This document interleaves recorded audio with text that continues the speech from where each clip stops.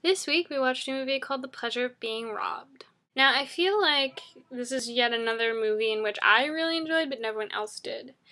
I really enjoyed the realistic quality of the film, the fact that it was shot on 35mm, which was something I thought was really interesting, and I think it gave the movie a different kind of feel, since you could see how grainy the film is and everything like that, it gave it kind of a vintage feel.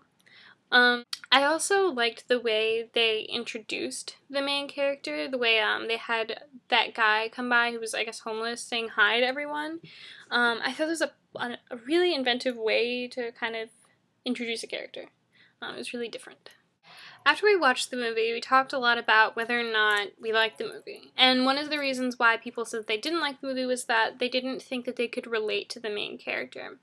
I personally guess I could relate to the main character. I don't think that you need to wholly understand everything about a character to enjoy a movie or enjoy the character.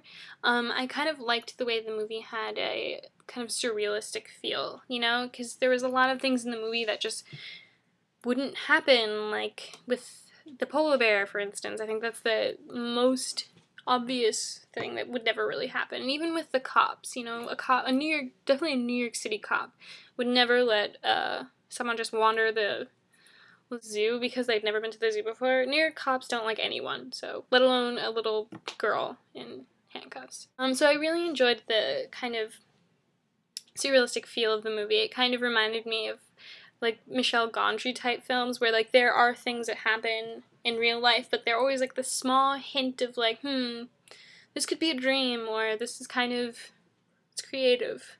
I feel like we've been watching a lot of movies where people work with their partner, like a boyfriend or girlfriend, and I just think that's kind of interesting because I can't imagine wanting to make a piece of art with someone I care so much about. I feel like that would be cause for such an awkward situation, and this director was kind of talking about how he felt uncomfortable talking about the movie since it was such a personal thing between him and the girl, and I guess it's kind of interesting how people decide to do that.